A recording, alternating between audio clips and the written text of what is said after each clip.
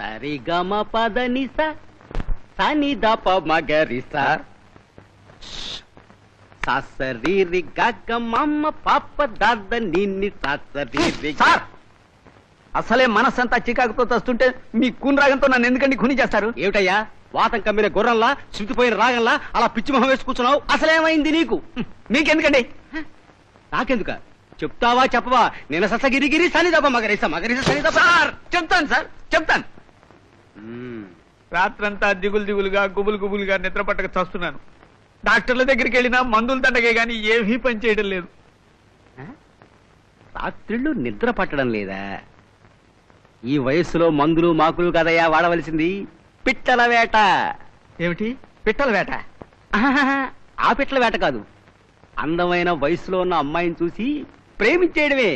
ప్రేమించాలని నాకు ఉంది సార్, కానీ ప్రొసీజర్ తెలియక ఊరుకున్నాను. ఓర్ని, ఆ సంగతి నాకు ముందే చెప్పుంటే ఒక అసావేరి రాగలంటి సలహా ఇచ్చుండేవాడిని కదా. మీకు ఈ విషయంలో అనుభవం ఉందని నాకేం తెలుసు సార్. ఇప్పుడు మాత్రం పోయిందే ఉంది, కాస్త సాయం చేయండి సార్. సరిగమ పప్ప దనిగమ పప్ప. మీ పప్పలాపి సాయం చేయండి.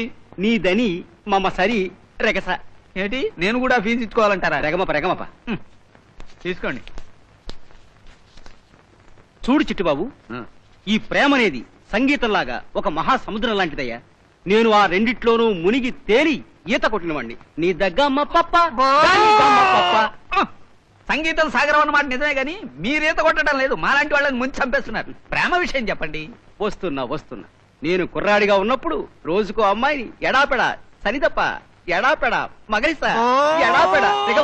మీరు చేశారు, బాగుంది, నేను ఒప్పుకుంటున్నాను కదా. ఇప్పుడు నేనేం చేయాలో చెప్పండి. వస్తున్నా.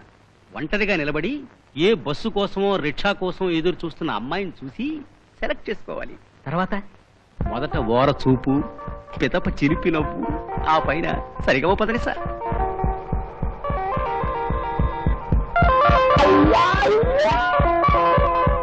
వండర్ఫుల్. ఒంటరిగా ఉన్న అమ్మాయి దొరికింది. ఇక ప్రేమించటం ప్రారంభించొచ్చు. మా గురువు గారు చెప్పినట్టు ఓ చిన్న సైజు హీరోలా దగ్గరకెళ్ళాలి. జై గురుదేవా. మొదట ఓర చూపు, పెదపో చిలిపి నవ్వు. అరే, మా గురువు గారు చెప్పినట్టు రిప్లై నవ్వు వచ్చిందే. ఇక లేట్ చేయకుండా ప్రొసీడ్ అయిపోవాలి.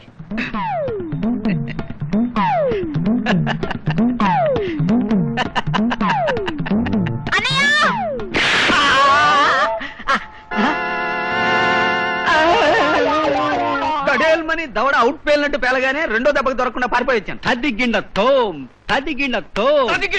నేను తన్నులు తినొస్తే మీకు ఆనందంగా ఉందా? నా డబ్బులు తీసుకుని వెధవసలుగా ఒకటి చెప్పారు. నా డబ్బులు నాకు ఇచ్చేయండి. ఇప్పుడు ఎక్కడ ఉన్నాయి? ఆ వేళ ప్యాకెటేశాను. కావాలంటే మరో మంచి రాగం వదులుతా విను. మీ రాగాలతో నా రోగం ఎక్కువయ్యేలా ఉంది. మళ్ళీ ఎవడు తనకుండా ఓ మంచి సలహా చెప్పండి. ఒక మంచి రోజు చూసి నలుగురు కిరాయి రౌడీలు మాట్లాడుకో. ఒంటరిగా వస్తున్న అందమైన ఆడపిల్లను చూసి వాళ్ళని ఉసిగొల్పి నువ్వు బ్రూస్లీలాగా ఎంటర్ అయిపో. అప్పుడు నువ్వు సరిగమా, ఆ అమ్మాయి పదనిసా. అంటే నువ్వు హీరో, ఆ అమ్మాయి హీరోయిన్. అమ్మా,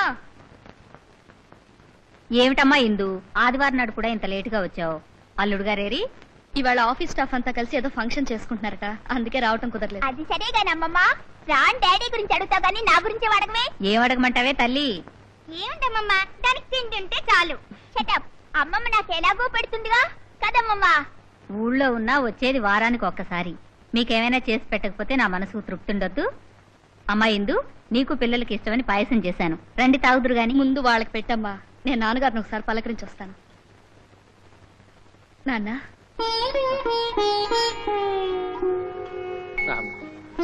ఎంతసేపు అయిందమ్మా నువ్వు? ఇప్పుడే వచ్చాను. ఎలా ఉంది మీ ఒంట్లో? ఎలా ఉంటుందమ్మా, కళ్ళు మూసుకుని ఇలాగే వెళ్ళిపోతే బాగుండనిపిస్తుంది.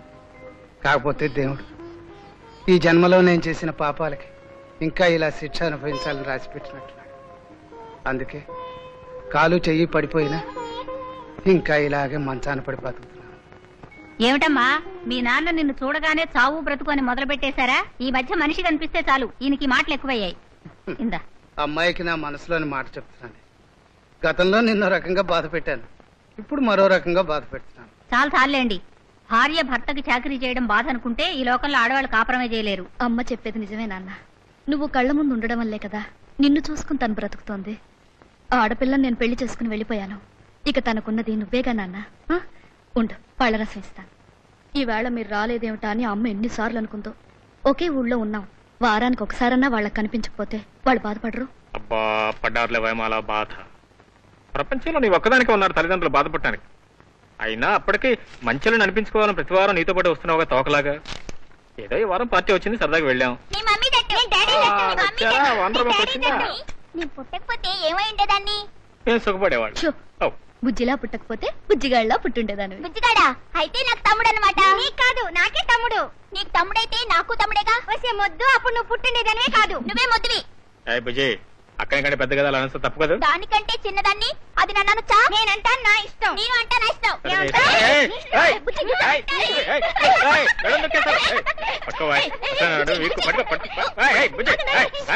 ఆగండి, మంచి పిల్లలు అల్లరి చేయొచ్చా? వెళ్ళండి, పడుకోండి. వెళ్ళండి. Good night mummy. Good night. Good night daddy. Good night daddy. Thank you. Indu వాళ్ళిద్దరిని చూస్తుంటే నాకు చిన్న ఆలోచన. ఏంటి? ఏం లేదు, వాళ్ళిద్దరు మధ్యలో గానీ వాళ్ళ తర్వాత గానీ ఒక అబ్బాయి పుట్టుండి ఎంత బాగుండేది. ఉన్నాడుగా. ఎక్కడెక్కడ దాచావా క్యారింగ్? ఇడుగో. నేనా? ఇందు నువ్వు చాలా అదృష్టం. ఎందుకని? ఎందుకేంటి, నీకు అబ్బాయి అన్నాడు. ఎక్కడున్నా అబ్బాయి లేడే. పాప, ఏం చేద్దాం? ఏం చేస్తామంటే ఏదో చేయొచ్చు. చెప్తాను, చిన్న కోఆపరేషన్. వస్తా. ఎందుకు? ఎందుకంటే వాళ్ళ ఆదివారం. ఆదివారం లేదు, ఎందు టెలిగ్రామ్ వచ్చిందండి. ఇక్కడి నుంచి 9 నుంచి. ఎవరో రఘునాథం గారట, ఏదో ముఖ్యమైన విషయం ఉంది, అర్జెంట్ గా రమ్మనిచ్చారు. రఘునాథం మాస్టరా? ఎవరండి ఆయన? నైనితాల్లో ఇంగ్లీష్ కన్వెంట్ ఒకటి ఉంది, దానికి హెడ్ మాస్టర్ ఆయన. చాలా కాలం అయింది కదా, మర్చిపోయాను. అర్జెంట్ గా రమ్మనిచ్చారు, ఏమై ఉంటుంది? అర్జెంట్ గా రమ్మని హెడ్ మాస్టర్లు ఎందుకు టెలిగ్రామ్ ఇస్తారు? స్టూడెంట్స్ కోసం అయి ఉంటుంది, డొనేషన్స్ కోసం అయి ఉంటుంది. నేను ఆఫీస్కి వెళ్ళి ట్రంకాల్ చేసి మాట్లాడతాను. వస్తాను, బాయ్. ఏమండి, బ్రీఫ్ కేస్? అరే మర్చిపోయాను. It's not briefcase, it's grief case full of problems. Good morning sir. మీకు ఇచ్చిన ప్లాన్స్ ఫోటో స్టార్ట్ చేశారా? I'll call for you. Good morning sir. మీ ప్లాన్స్ రెడీ అయ్యాయి.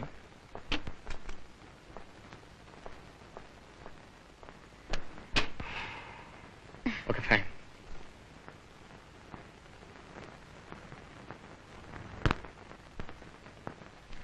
మిమ్మల్ని ఎండి గారు ఒకసారి కలవమన్నారు. Thank you.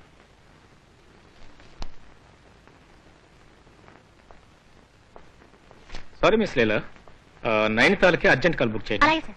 నంబర్ అల్కి. Good morning sir. Good morning.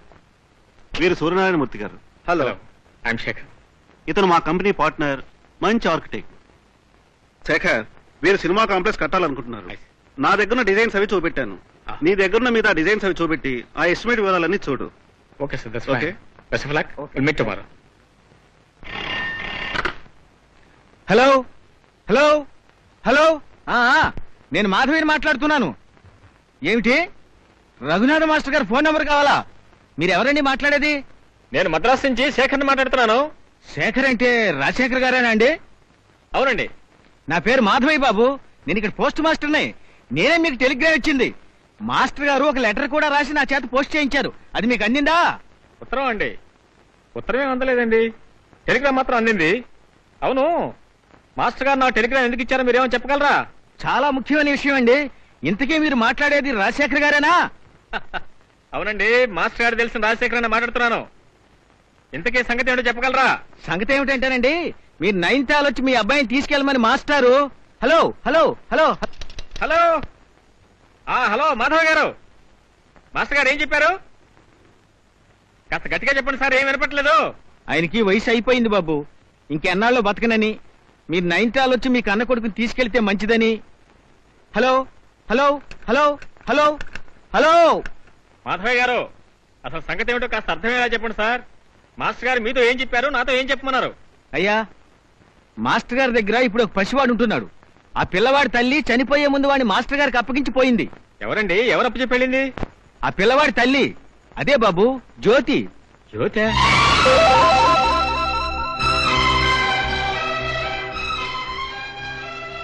May come in sir. Not no please, come later.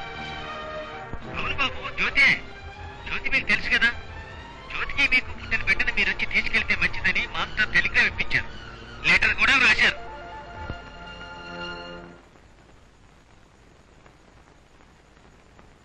ఏమిటండి అలా ఉన్నారే? ఏం లేదే. నైనిటాల్ ఫోన్ చేశారా? ఫోన్ చేశాను. అదే మాస్టర్ లైన్లో రాలేకపోయారు. ఎవరో మాట్లాడట పోస్ట్ మాస్టర్, ఆయన మాట్లాడాడు. ఇందు ఆయన ఏమన్నాడు తెలుసా? ఏమన్నాడండి? ఏమీ లేదు. అదే మాస్టర్ ఒంట్లో బాగాలేదట. ఇంకా ఏదో చెప్పాడు. ఇంతలో లైట్ డిస్కనెక్ట్ అయింది. ఏదైనా డబ్బు అవసరమేమో, పాపం పంపించలేకపోయారా? లేదు, డబ్బు విషయం కాదనుకుంటా. మరేంటండి? నాకు కొంచెం మనశ్శాంతి కావాలి. Please don't disturb me. అనుకోని సమస్య ఒకటి ఎదురైంది.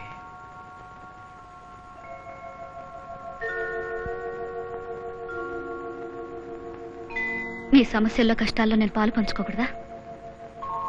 చెప్పండి. నువ్వేం బాధపడకు, ఇది ఆఫీస్ సమస్య. ఓ, హలో, నేనే ఇందుని. ఏ ఇందు? నైనిటాల్ నుంచి మీకు లెటర్ వచ్చింది. నువ్వు చదివావా? లేదండి, ఇంకా చింపనే లేదు. చదవమంటారా? అక్కర్లేదు. ఒక పని చేయి, దాని అట్లాగే ఉంచు. నేను సాయంత్రం ఆఫీస్ వచ్చాక చదువుతాను. ఓకే?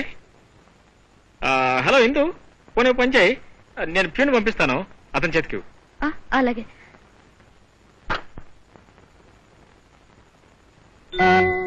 మిస్ లీలా, వాళ్ళ అపాయింట్మెంట్స్ ని క్యాన్సిల్ చేయండి. సార్, రామూర్తి గారితో ఇంపార్టెంట్ గా అన్ని క్యాన్సిల్ చేయమని చెప్తున్నాను. ఓకే? ఓకే.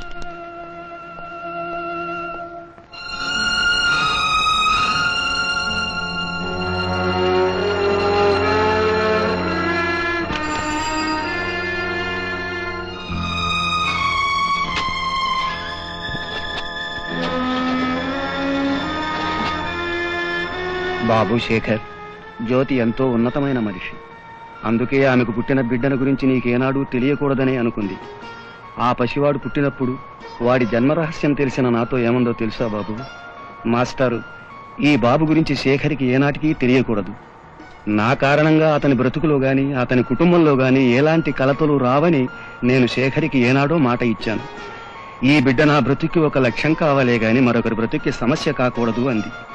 ఆ నిశ్చయంతోనే ఆఖరి క్షణాల వరకు కష్టం సుఖం అన్నీ భరించి ఆ బిడ్డను పెంచుకుంది.